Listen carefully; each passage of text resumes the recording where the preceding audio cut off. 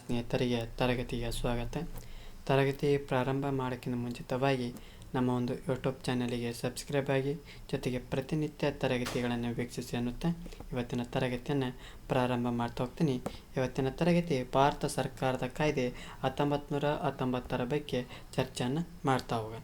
ಈ ಒಂದು ಕಾಯ್ದೆಯನ್ನು ಮಾಂಟೆಗೋ ಚೆಮ್ಸ್ಫರ್ಡ್ ಸುಧಾರಣಾ ಕಾಯ್ದೆ ಅಂತ ಕರಿತೀವಿ.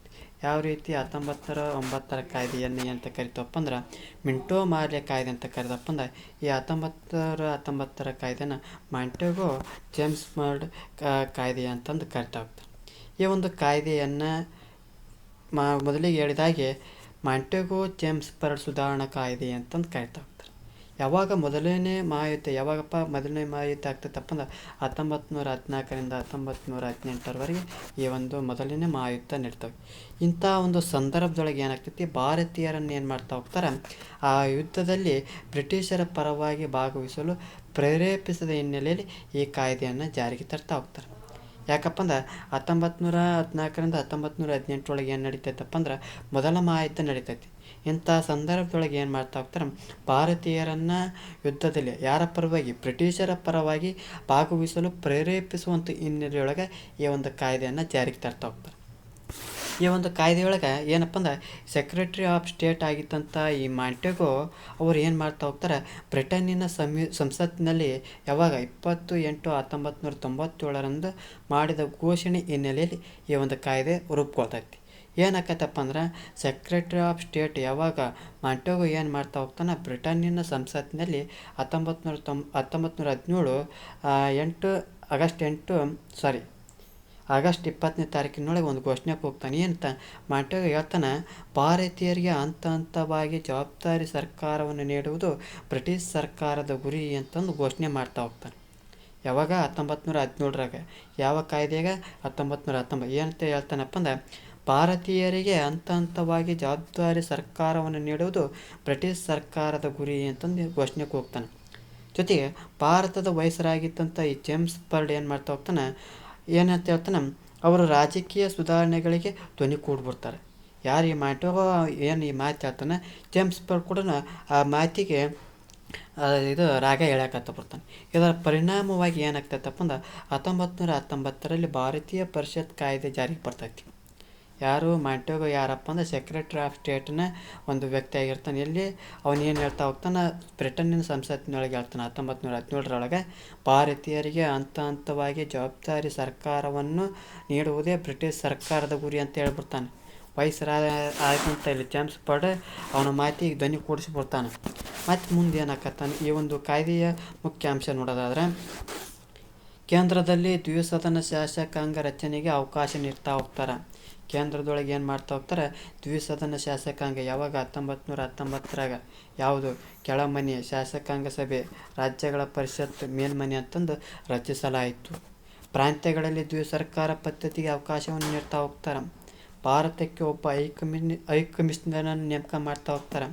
ಸ್ವಯಂ ಆಡಳಿತವುಳ್ಳ ಸ್ಥಳೀಯ ಸಂಸ್ಥೆಗಳಿಗೆ ಅಭಿವೃದ್ಧಿ ಭರವಸೆಯನ್ನು ನೀಡ್ತಾ ಹೋಗ್ತಾರೆ. ಕೇಂದ್ರದಿಂದ ಬಜೆಟ್ನಿಂದ ಪ್ರಾಂತ್ಯಗಳ ಬಜೆಟನ್ನು ಬೇರ್ಪಡನೆ ಮಾಡ್ತಾ ಹೋಗ್ತಾರೆ. ಪ್ರತ್ಯೇಕ ಚುನಾವಣಾ ಮತಗಟ್ಟೆ ವ್ಯವಸ್ಥೆಯನ್ನು ಮುಸ್ಲಿಂ, ಸಿಖ್, ಆಂಗ್ಲೋ ಭಾರತೀಯರು ಮತ್ತು ಯುರೋಪಿಯನ್ನರಿಗೆ ವಿಸ್ತರಣೆ ಮಾಡ್ತಾ ಹೋಗ್ತಾರೆ. ಇದು ಬಹಳ ಅಂಶಗಳು ಪ್ರಮುಖವಾದದ್ದು. ಏನಪ್ಪ ಅಂದ್ರೆ ಈ 1919ರ ಕಾಯ್ದೆಯೊಳಗೆ ಪ್ರಮುಖವಾಗಿ ಕೇಂದ್ರದಲ್ಲಿ ದ್ವಿಸದನ ಶಾಸಕಾಂಗವನ್ನು ಜಾರಿಗೆ ತರ್ತಾರೆ. ಏನು ಮೇಲ್ಮನೆ ಕೆಳಮನೆ ಅಂತ ಕರಿತಲ್ಲ, ಅವುಗಳ ರಚನೆ ಮಾಡ್ತಾ ಹೋಗ್ತಾರೆ. ಎರಡನೇದು ಪ್ರಾಂತ್ಯಗಳಲ್ಲಿ ದ್ವಿಸರ್ಕಾರ ಪದ್ಧತಿಗೆ ಅವಕಾಶವನ್ನು ಕೊಡ್ತಾರೆ. ಎಲ್ಲಿ ಪ್ರಾಂತ್ಯಗಳಲ್ಲಿ ದ್ವಿಸರ್ಕಾರ ಪದ್ಧತಿಗೆ ಅವಕಾಶ ಕೊಡ್ತಾರೆ. ಭಾರತಕ್ಕೆ ಒಬ್ಬ ಹೈಕಮಿಷನರನ್ನು ಏನು ಮಾಡ್ತಾ ಹೋಗ್ತಾರೆ, ನೇಮಕ ಮಾಡ್ತಾ ಹೋಗ್ತಾರೆ. ಜೊತೆಗೆ ಈ ಸ್ಥಳೀಯ ಸ್ವಯಂ ಆಡಳಿತದಲ್ಲಿ ಸ್ಥಳೀಯ ಸಂಸ್ಥೆಗಳಿಗೆ ಅಭಿವೃದ್ಧಿಗೆ ಭರವಸೆಯನ್ನು ನೀಡ್ತಾ ಹೋಗ್ತಾರೆ. ಮತ್ತು ಕೇಂದ್ರದ ಬಜೆಟ್ನಿಂದ ಪ್ರಾಂತ್ಯಗಳ ಬಜೆಟನ್ನು ಏನು ಮಾಡ್ತಾ ಹೋಗ್ತಾರೆ, ಬೇರ್ಪಡನೆ ಮಾಡ್ತಾ ಹೋಗ್ತಾರೆ. ಆ ಪ್ರತ್ಯೇಕ ಚುನಾವಣಾ ಮತಗಟ್ಟೆ ಯಾರು ಮುಸ್ಲಿಮರಿಗೆ ಕೊಟ್ಟಂಥ ಈ ಪ್ರತ್ಯೇಕ ಚುನಾವಣಾ ಮತಗಟ್ಟೆ ವ್ಯವಸ್ಥೆಯನ್ನು ಮುಸ್ಲಿಮರಿಗೂ, ಸಿಖ್ಖರಿಗೂ, ಆಂಗ್ಲೋ ಭಾರತೀಯರಿಗೆ ಏನು ಮಾಡ್ತಾ ಹೋಗ್ತಾರೆ, ವಿಸ್ತರಣೆಯನ್ನು ಮಾಡ್ತಾ ಹೋಗ್ತಾರೆ.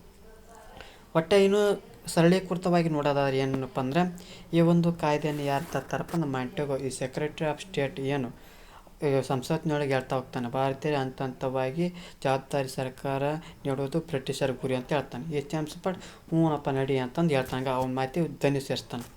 ಈ ಒಂದು ಕಾಯ್ದೆಯ ಪ್ರಮುಖ ಅಂಶಗಳು ಏನಪ್ಪ ಅಂದ್ರೆ ಕೇಂದ್ರದೊಳಗೆ ಏನು ಮಾಡ್ತಾ ಹೋಗ್ತಾರೆ, ದ್ವಿಸದನ ಶಾಸಕಾಂಗ ಪದ್ಧತಿಯನ್ನು ನೋಡ್ತಾ ಹೋಗ್ತಾರೆ. ಮೇಲ್ಮನೆ ಮತ್ತು ಕೆಳಮನೆಯನ್ನು ಏನು ಮಾಡ್ತಾ ಹೋಗ್ತಾರೆ, ರಚನೆಯನ್ನು ಮಾಡ್ತಾ ಹೋಗ್ತಾರೆ. ಜೊತೆಗೆ ಈ ಪ್ರಾಂತ್ಯಗಳಲ್ಲಿ ಏನು ಮಾಡ್ತಾ ಹೋಗ್ತಾರೆ, ದ್ವಿಪ್ರಭುತ್ವ ಸರ್ಕಾರವನ್ನು ನೀಡ್ತಾ ಹೋಗ್ತಾರೆ. ತದನಂತರದಲ್ಲಿ ಒಬ್ಬ ಹೈ ಕಮಿಷನರ್ನ ಏನು ಮಾಡ್ತಾ ಹೋಗ್ತಾರೆ, ನೇಮಕಾತಿ ಮಾಡ್ತಾ ಹೋಗ್ತಾರೆ. ಜೊತೆಗೆ ಲೋಕಸೇವಾ ಆಯೋಗವನ್ನು ರಚನೆ ಮಾಡ್ತಾ ಹೋಗ್ತಾರೆ. ಈ ರೀತಿಯಾದಂಥ ಪ್ರಮುಖ ಅಂಶಗಳು ಈ ಒಂದು ಕಾಯ್ದೆಯೊಳಗೆ ಇದೆ.